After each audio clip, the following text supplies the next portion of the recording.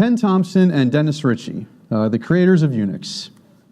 Doug McIlroy, creator of Pipes, the Unix philosophy, and basically the person everyone turned to for help.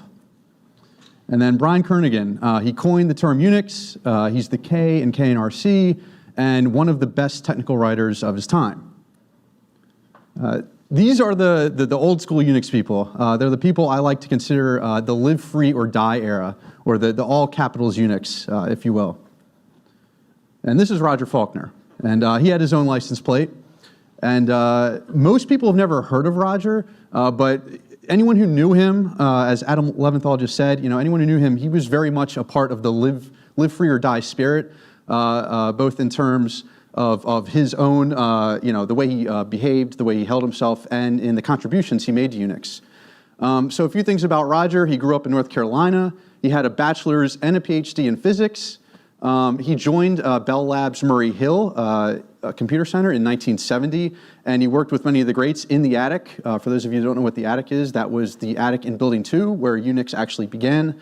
So he worked alongside people like Dennis Ritchie and Ken Thompson there. And then later in the 80s, he went to USL, Unix Systems Laboratory, which was kind of a spin-off in Bell Labs. After all, I guess the legal troubles or whatever it was. And then finally in 1990, he joined Sun Microsystems, where he would find his permanent home.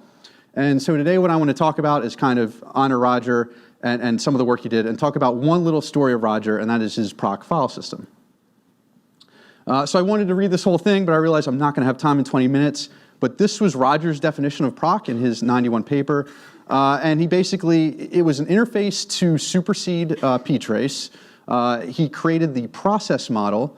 It gave thorough control of the process, and it allowed you to trace more than just signals. It allowed you to trace specific machine faults and system calls.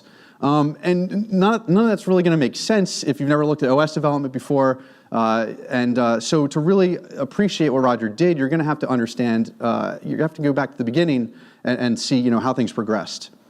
So we're going to go to the land before proc, 1975, Ken Thompson, Unix version 6. Ken needs a tool to debug C programs, so he comes up with a program called CDB for C debugger, which, as far as I know, predates a lot of the debuggers out there, even ADB. And there was no method in the operating system for him to do the things he needed to do in CDB. So he wrote Ptrace, and this is a screenshot of pretty much all of the Ptrace code. It's a little over 100 lines. And so this brings me to my first rant, and that is that a lot of people like to romanticize how small Unix was. I think it was about 9,000 lines of code in Unix v6, and people are like, oh, it was so great. It was this entire operating system and 9,000 lines of code. No.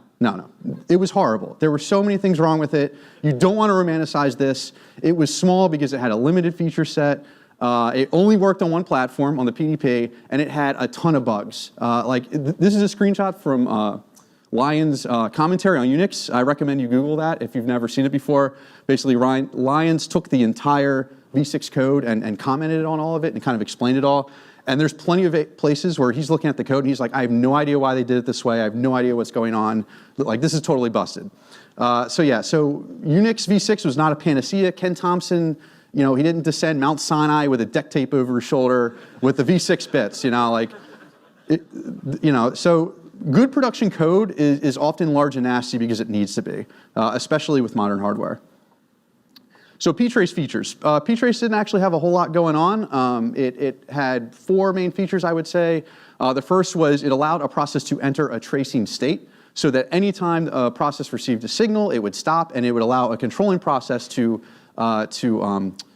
change its address space or inspect it. So the other feature was a read or write of the address space, which you would use to create breakpoints, which would stop your program at a certain point so you can inspect its state. And then it would allow you to restart the process, because obviously you need to restart it after you stop it, or force the process to exit. So very limited feature set, but this was about all Ken needed to implement his debugger.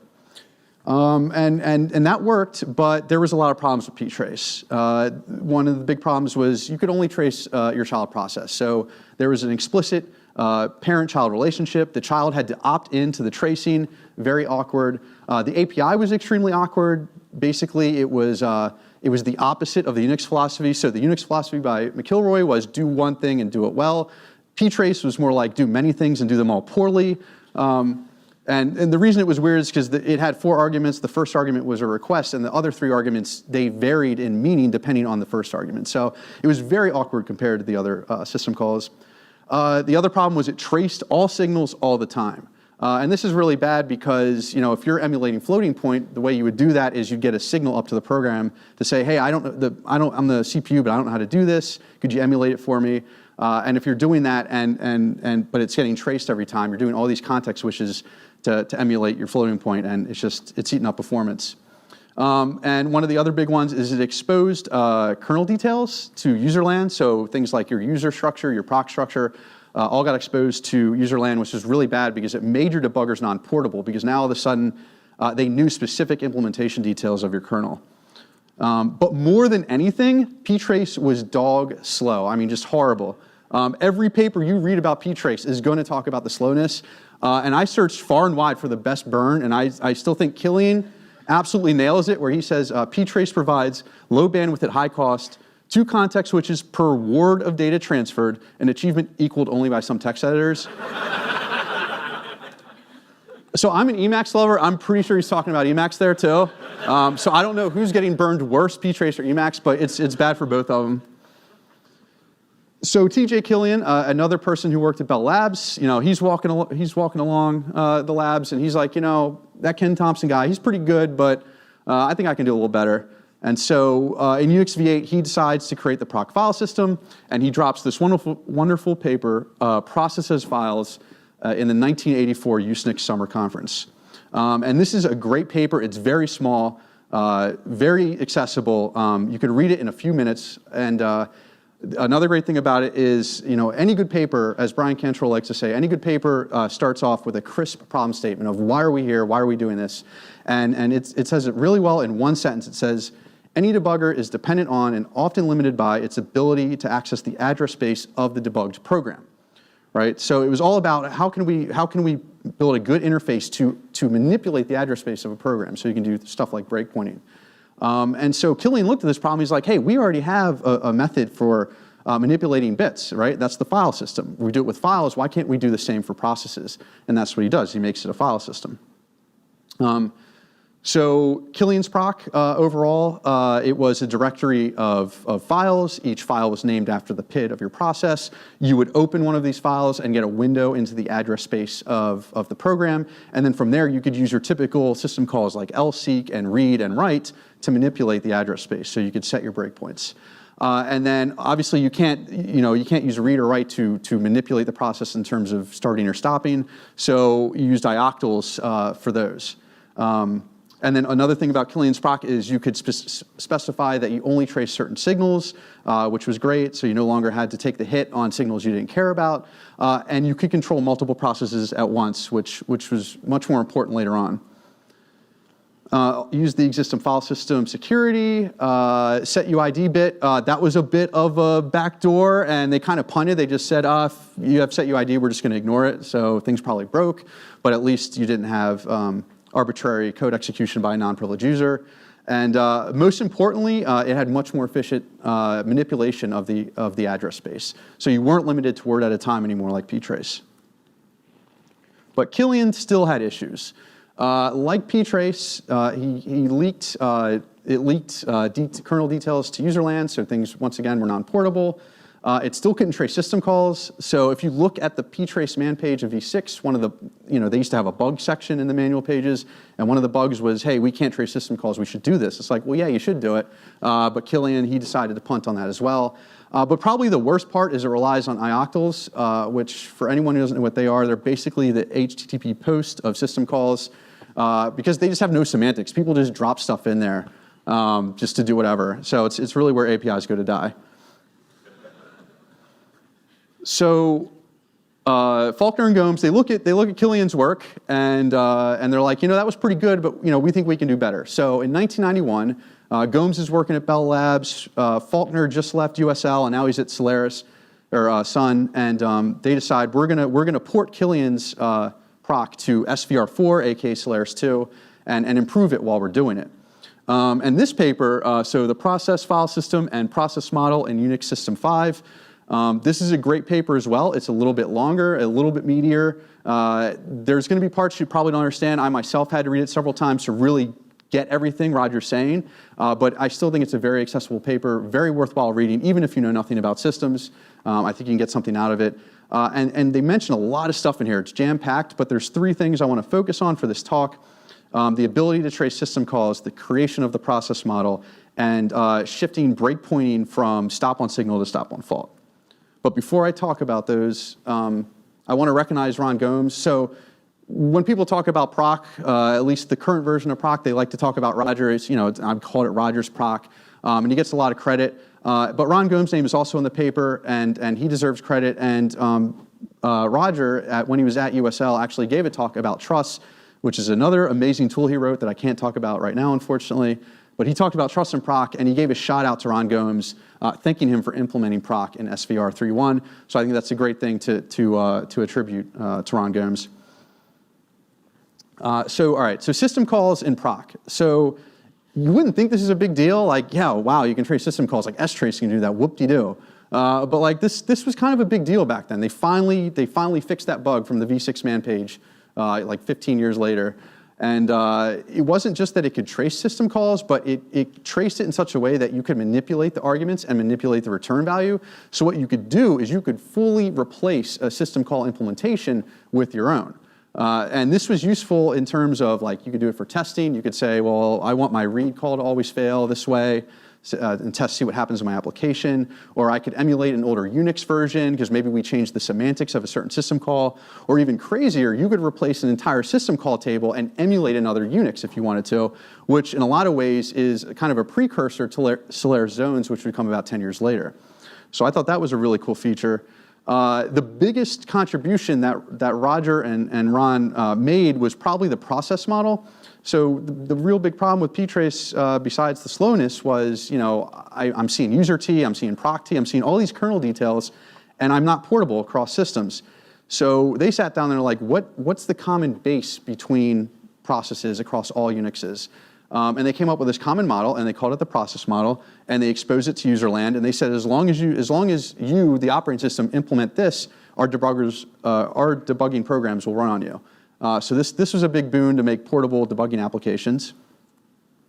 And then finally, I just like the stop on fault part, because Roger kind of goes on a rant on signals here, and anyone who's looked at signals know they're just a complete clusterfuck, and the semantics are all wrong. Roger talks about this, and he basically says, signals, so the way breakpoints used to work is you need to get to the address space, and you would say, at this address, write the breakpoint instruction. And the breakpoint instruction is going to cause a machine fault on your CPU, which is going to interrupt your process, and then that's going to get turned into a signal, which is delivered to let the controlling program know, hey, the child took a fault, and you can go inspect it now. So what they did is they said, well, signals are no good, because for signals, they're used for job control. There's a difference between when a signal is generated, when it's delivered. Signals can be held, and any process can send a signal to any other. So there's all kinds of havoc that can happen, whereas machine faults, you don't have any of these problems. It's always delivered, it can't be ignored, and it was much simpler. Proc gave you the ability to trace on specific faults, and it made breakpointing much better. So that was the 1991 proc. Over the next few years, Roger would expand on his proc. So in his paper, he mentions proposed extensions, and he mostly implemented them in Solaris 2.6. It changed so that instead of a file per PID, you got a directory per PID, and inside that directory would be a bunch of files, and those files were to start and stop the process. And they basically, you had structures in userland that you could use to send operations. So that way you didn't have to rely on ioctls. So the ioctls are completely wiped out. And this is still a vital part of Solaris and Illumos to this day. Many important tools rely on it. PS obviously is the old one. Truss, which is a really great tool. And all the P tools like pstack and pmap and all these ways to inspect your process, they all rely on proc. Ptrace is still around because it's required by the System 5 ABI, but it's been relegated to a libc emulation using proc in Illumos and Solaris. And there's one little nitpick I want to make about Wikipedia. It says that everyone cloned Plan 9 For the restructured proc, that is incorrect, and Roger actually brings this up in his paper. He says his proc was similar in structure, or similar in concept, but different details to Plan 9. So now that I've said this in an official speech, you can go ahead and change Wikipedia and reference me.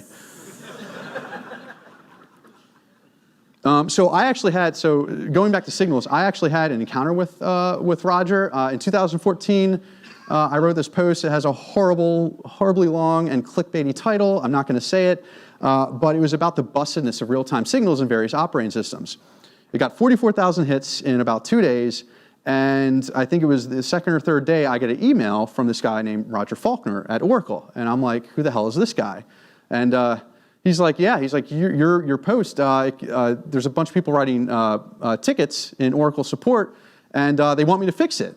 And he's like, I'm not doing that because you're completely wrong. He's like, you got this all wrong. This is, and he explains it to me, and I'm tired and I'm sick, and I'm like, who the hell is this guy? Like, I worked on this for a month. I did a lot of research. I talked to various kernel developers. I'm like, no, I got it right. You got it wrong, and you need to reread POSIX.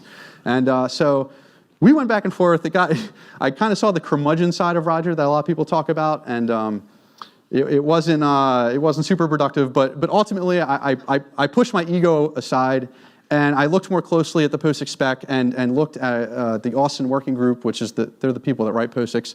And sure enough, I found in their horrible UI, I found an old bug where they had talked about this, and sure enough, I had it wrong. So I made an update to my post, and that update was because of Roger. And I said, hey, Roger, can I attribute you for the reason I made this update? And he's like, absolutely not. I don't want my name anywhere near this. So now he can't argue with me now. But yeah, so I'm very happy to share that story with people because I'm very happy that I got to have this. When I had this interaction initially, I was upset and I didn't like Roger so much, but when I look back at it, I'm very glad I had this interaction. It's a memorable thing for me. Because 2 years later, as Adam said, this year he passed away. It was a shock to a lot of people. He passed away at 76, and this is his obituary. If you want to learn more about Roger, you should definitely read it. Great obituary. But I love the line in there. It says, "When you asked what he did for a living, he would always answer, 'I'm a computer programmer.'" And I love this answer because that's kind of how I consider myself as a programmer. I don't think I'll ever be a CEO or a CTO. Not that there's anything wrong with that, but I just love programming. I love solving problems, and Roger did too. And I think he was really an engineer's engineer, and I love that. So on Roger's passing, a lot of people shared their experiences and their feelings about Roger. There's a lot of great ones. I feel like Valerie Bubb Fenwick kind of really led the charge here. She created an entire page just dedicated to Roger and kind of aggregated all the different things people had said. And Valerie herself kind of talked about Roger's like almost parent-like protection of Unix and Solaris. He didn't want anyone to harm it. He wouldn't let management ruin it. It was very much, he wanted to keep it in control of the engineers and make sure it didn't get ruined. So I think that's great. And he was always willing to help people that wanted to help Unix. Rob Stevens, I'm just going to read his directly because it's great. Roger's dry sense of humor, his chuckle, his irreverence for management, his passion for Unix, and his inspiration will be missed by everyone who had privilege to work with him. Absolutely great quote.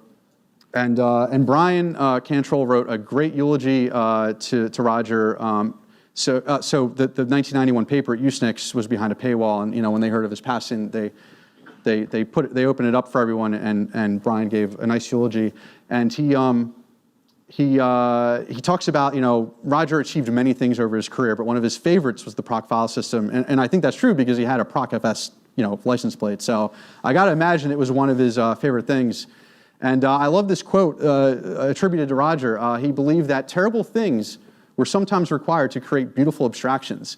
And that's absolutely what proc is. I mean, any kernel developer, any person who's just looked at the details of scheduling a process, of what a process is, it's nasty. And Roger created this very simple, elegant, beautiful abstraction on top of it to allow you to control it. So I thought that was great. So in his 1991 paper, Roger described himself as being on a mission from God to create the one true debugger. And this is actually the quote that made me want to do this talk. I love that quote. It's so great. It shows his passion and love for Unix. And over his 40 years of Unix contributions, I really think he accomplished this mission and then some. And he may not be with us anymore, but I think his code and stories keep his spirit very much alive. And so I want to thank Roger for everything he's given us, and I want to thank you for listening.